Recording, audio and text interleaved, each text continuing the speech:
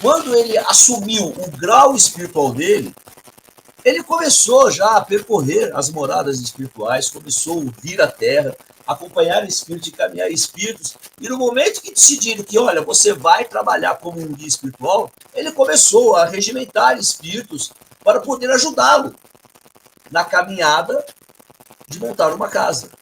Desde o passado já. É muito importante nós entendermos que os nossos guias também são mandados. Eles não fazem, olha, caboclo, faz o que eu quero agora. Não é assim, não. Não é assim, nunca foi assim. Nunca foi assim. O grande X da questão é o guia, ele atende e te orienta no que ele pode trabalhar. Ele atende você, mas ele orienta no que ele pode fazer, no que ele pode atuar. Não é, digamos, faço o que eu quero. Principalmente um guia de luz. É mais fácil o guia de luz você ouvir não de um guia de luz do que falar amém para tudo que você quer. Porque normalmente nós queremos coisas que talvez não sejam boas para nós.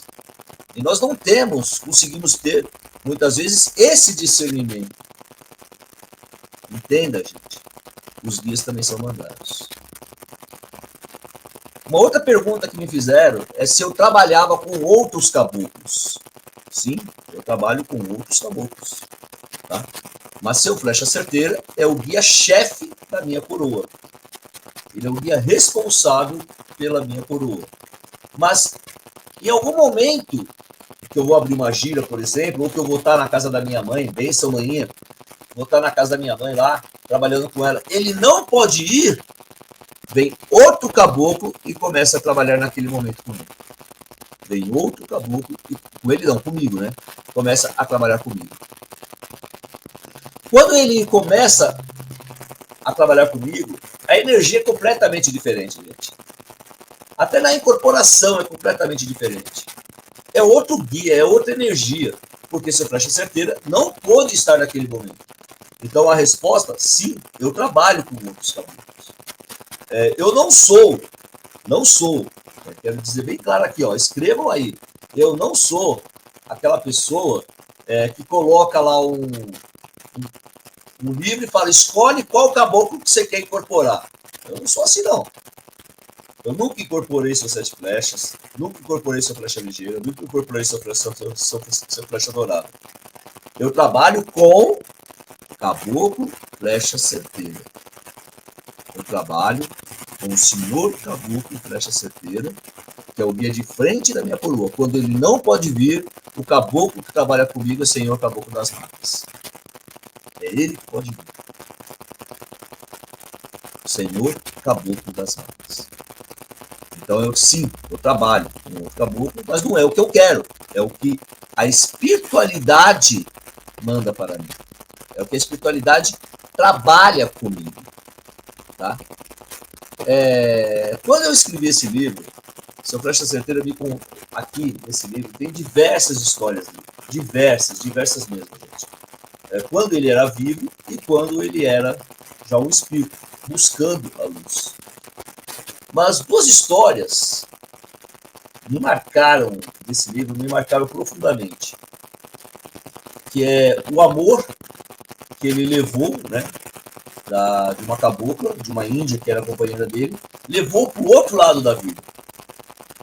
E mesmo do outro lado da vida, esse amor continuou, ele transcendeu a carne. Ele transcendeu aquele momento que ele estava vivo.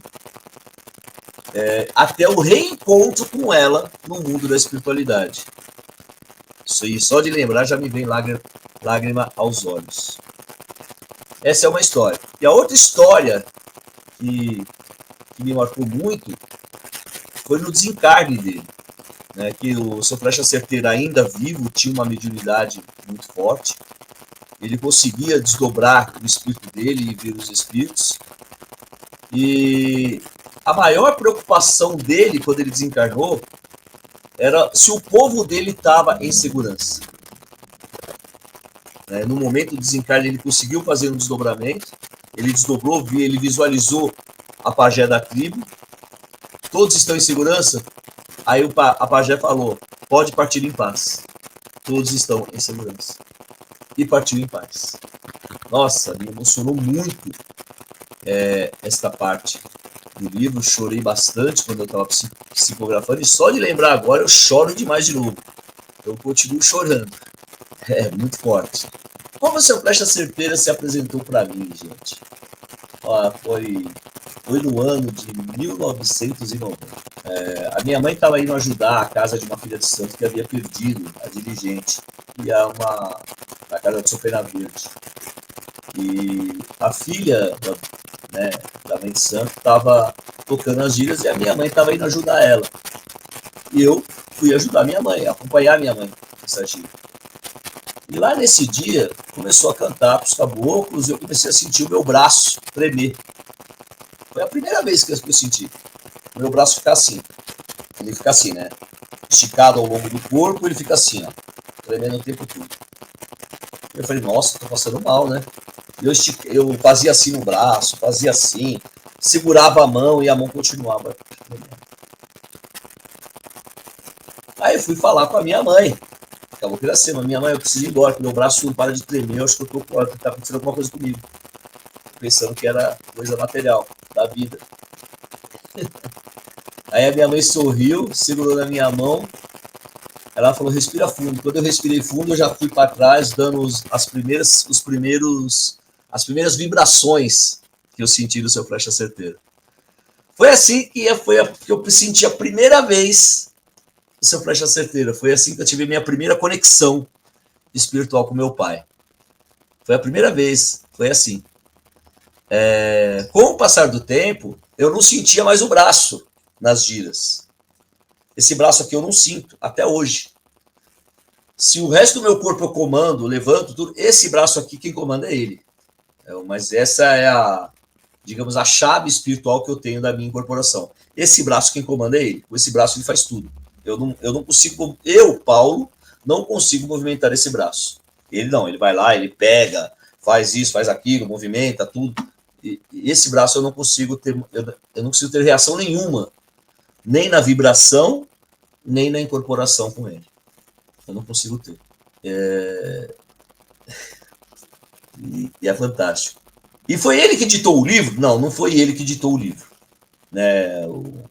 Tem até uma parte aqui do prefácio, né, que fala o espírito viking, o espírito que se autodenomina viking. Eu já perguntei o nome dele, antes que alguém fale, comece aí os haters a tirar sarro, manda falar com o Odin, manda falar com o nórdico. Existe hater para tudo, né?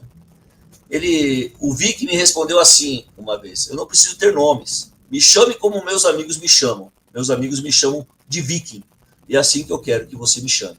Mas, para satisfazer a sua curiosidade de saber, sim, eu tenho um nome, mas eu não preciso ter um nome para os outros.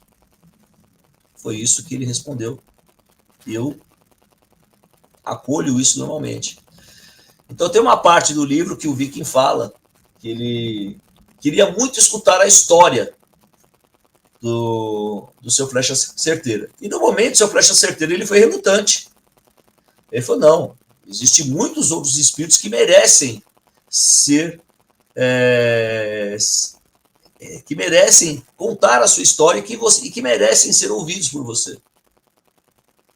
Aí eu vi que sim, é verdade, existem muitos espíritos que merecem ser ouvidos, mas nenhum deles é o meu amigo Flecha Certeira. Eu queria ouvir você, a sua história. E se você permitir, sim, eu levarei essa história ao nosso médium. Essa foi a minha conexão. Não, essa foi não. Essa foi a conversa que teve com o Viking. E a minha conexão espiritual para poder escrever o livro foi com esse espírito que me ditou toda a história dele.